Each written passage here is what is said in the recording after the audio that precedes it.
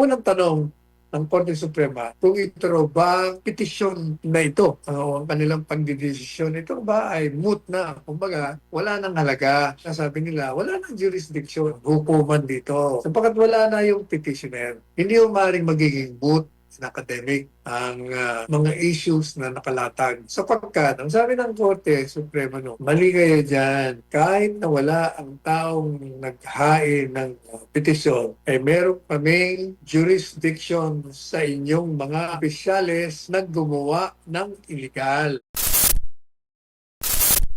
Kasi yung Korte Suprema, may mga inilabas na mga katanungan na dapat alakayin ng mga partido o ng mga parties doon sa petition for writ of habeas corpus na consolidated.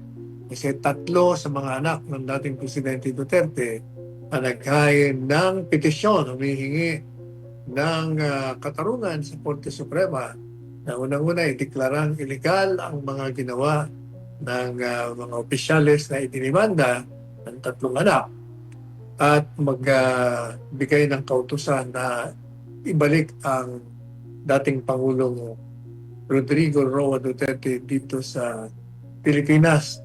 At kaugnay sa petisyon na yan, ay nagbigay siya ng utos sa lahat ng petitioners.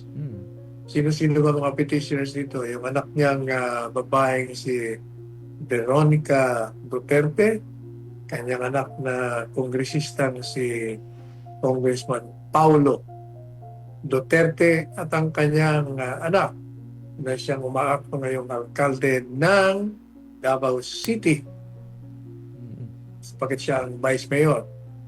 Dahil hindi pa pwede ang kanyang ama, siya ang umaakto bilang vice alkalde. Ngayon, ang sabi ng Korte Suprema sa kanyang pinaka-latest na order sa isang en banc resolution, lahat daw ng partido kasama mga opisyales na idinimanda ay magbigay ng kanya-kanyang memorandum at talakayin ang mga katanungan na inilatag ng Korte Suprema bago siya magbigay ng resolusyon. At kung mapapansin mo, Cardo, marami ang mga katanungan. Ang gawin mo siguro, for every topic, merong sub-question, di ba? Yun ang gawin mo. For every question at may sub-question, yun ang ubusin mo at sasagutin natin. Sige po. Mga katanungan na yan. Yung mga abogado ng bawat respondent at opisyal na idinimanda na kinatawanan ng Office of the Solicitor General, na kung matatandaan nyo, sila dati ay umaklas sapagkat sangayon sa kanila ng panahon ni Maynard Guevara. Ang sabi nila, kung maaari, kami ho'y atras na rito, hindi na kami magpapartisa sapagkat hindi na ho namin maaaring ipagtanggol ang mga respondent officials dito sapagkat maliwanag ang posisyon namin mula sa poll na walang jurisdiction ang ICC. O kaya sila ay nag-withdraw at pinayagan naman ng Korte Suprema. Pero sa isang panibagong kalakaran, ang Office of the Solicitor General bumaliktad sa kanyang posisyon. At ngayon ay pumasok na uli sila. Kaya sila ang hininga ng bilang katawan ng mga respondent government officials ng kanilang memorandum. At yung 3 naman na petitioners na binanggit na natin kanina ay nagbigay din. At yung pong mga abogado ni Kitty o Veronica Duterte ay naghain ng kanyang memorandum. Bago natin basahin ang mga laman ng kanilang memorandum, siguro bilang host ng programang ito, bigyan din natin ang sarili nating mga pagtatalakay, pagsusuri sa mga katanungan at kung ano ba ang maaaring sagot natin. So, ang unang tanong ng Korte Suprema, kung ito raw bang petisyon na ito, ang kanilang pagdidesisyon, ito ba ay moot na? Kumbaga, wala nang halaga sapagkat tapos na, nangyari na. Ang hinihingi kasi ng petisyon, ibalik ang presidente. Pero marami ang nagsasabi, marami sa mga abogado, mga luminaries pa, na ito ay hindi na po pwedeng aksyonan ng Korte Suprema sapagkat wala na si Presidente Duterte rito. Wala nang lakas o kapangyarihan o kakayahan ang gobyerno na ang presidente ay ibalik dito. Unang-una sabi nila, wala nang jurisdiction ang hukuman dito. Sapagkat wala na yung petitioner. Ang sagot po natin doon, gaya ng mga sinabi na natin sa programang paulit-ulit, hindi maaaring magiging moot and academic ang mga issues na nakalatag. Sapagkat, kung matatandaan nyo, nagbigay po tayo ng mga kaso. Unang-unang kaso, ang sabi ng Korte Suprema sa Villa Vicencio versus Lucban case, kung saan ay ilang mga 100 mahigit na mga babae ang pinatapon sa Davao galing dito sa Maynila dahil nakakasira daw ito sa moralidad ng siyudad, ay nagbibenta sila ng kanilang mga katawan. At ang sabi ng gobyerno nung nagdemanda ang mahigit sa 100 babae na ibalik sila sa Maynila, ang sabi ng gobyerno noon, ng gobyerno ng siyudad ng Maynila, wala nang jurisdiksyon ng hukuman sapagkat wala na sila rito. Wala na yung mga tao humihingi ng remedyo sa hukuman. Ang sabi ng Korte Suprema noon, mali kayo dyan. Kahit na wala ang taong naghain ng petisyon, meron kaming jurisdiction sa inyong mga opisyales sa syudad, sa local government, na gumawa ng illegal. At yung ginawa ninyo, gaya ng sinasabi na natin sa programang ito, susundan kayo kahit sa kayo magpunta.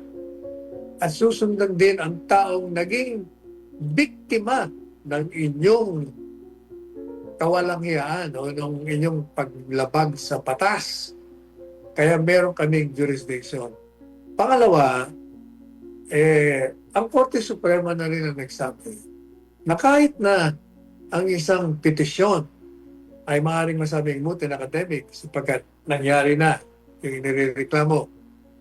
O kaya naman, yung tao nagkain ay nakabalik na, nawala na yung pagpigil sa kanyang kalayaan, yung pagditini sa kanya.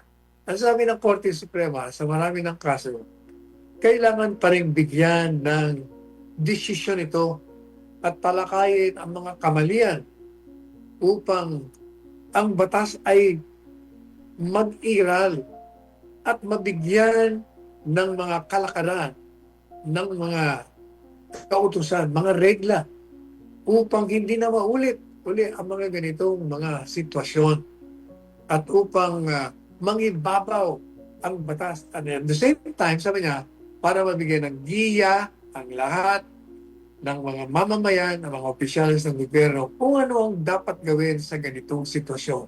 Kaya sabi natin sa ating mga programa, mga nakaraan, hindi maaaring maging moot and academic sapagkat may mga precedent, mga kaso kung saan ang Korte Suprema ay pumasok kahit na moot and academic. At gaya nga na sinabi, para ito'y hindi na maulit. Yan ang unang katanungan na ang programa natin ay yan ang kasagutan. Attorney Sab. Ang dami, no? Ang dami katanungan ng Korte Suprema. Yung unang-una, tinatanong dyan, ulitin mo yung unang tanong. Kasi halos yung mga katanungan sa una parang napasok mo lahat eh. Ano nga yung una? May mga sub-questions. Ito pangalawa, Attorney Sal, whether the court... Hindi, yung unang ano mo, yung binasa mo bago yung mga sub-issue. Yung second, actually second question. Ito po. Yung tungkol sa judicial restraint. Judicial restraint. Wait lang po. Medyo nalito din ako dito. There's ang daming tanong eh. Saan ba dito? Ito ata yung Attorney Sal. Whether the court, yung pinaka number 2 talaga na question. Oh, Whether the court must exercise restraint in view of the ongoing proceedings before the International Criminal Court. yan. Ang ibig sabihin ng Korte Suprema, tinatanong niya, kailangan ba kaming magkaroon ng judicial restraint na tinatawag? Ano ba ibig sabihin ng judicial restraint? Kumbaga, yung sarili, pipigilan mo na magbigay ng mga desisyon kaugnay dito sa petisyon na inihain. Dahil ang tanong, dahil nasa International Criminal Court na yan. Kaya nga yung mga sub-questions niya, hindi kaya na pag kami ay nakialam dyan, ini-encroach natin, sinasapawan namin ang kapangyarihan ng International Criminal Court na litisin ang Presidente Duterte. Kaya marami siyang mga tinatanong dyan. Ang isa pang katanungan niya, teka muna, merong tinatawag na principle of complementarity. Yan ba applicable dito? Kailangan ba na i-apply mo yan? At kung ma-apply ba yan, meron bang jurisdiction ng International Criminal Court? At maaari ba kami pumasok dyan? No? Marami yung mga side issues. Kaya ito naman ang tingin ng programang ito tungkol dyan. Sa harap ng paglabag na lantaran, blatant constitutional violations, hindi maaari ng isang hukuman o Korte Suprema ay manahimik o pigilan ng kanyang sarili na huwag makialam, huwag pumasok. Sapagkat nakasalalay po rito ang pinakabuod ng ating demokrasya na nagtatakda na yung rule of law ay kailangan ipatupad natin. Ang kaparaanan ng batas ang dapat na mangibabaw. At ang ating saligang batas ay manapakaliwanag. Nagsasabi na no person shall be deprived of life, liberty, or property without due process of law. Walang mamamayan na maaaring tanggalan ng kalayaan ng kanyang buhay, ng kanyang ari-arian na hindi binibigyan ng pagkakataon ng isang proseso na itinakda ng batas upang ipagtanggol ang kanyang sarili sa mga akusasyon sa kanya na magtatanggal sa kanya ng kanyang buhay, ng kanyang ari-arian, at ng kanyang kalayaan. Yan po ay napaka-basic na tinatawag due process of law. Ngayon,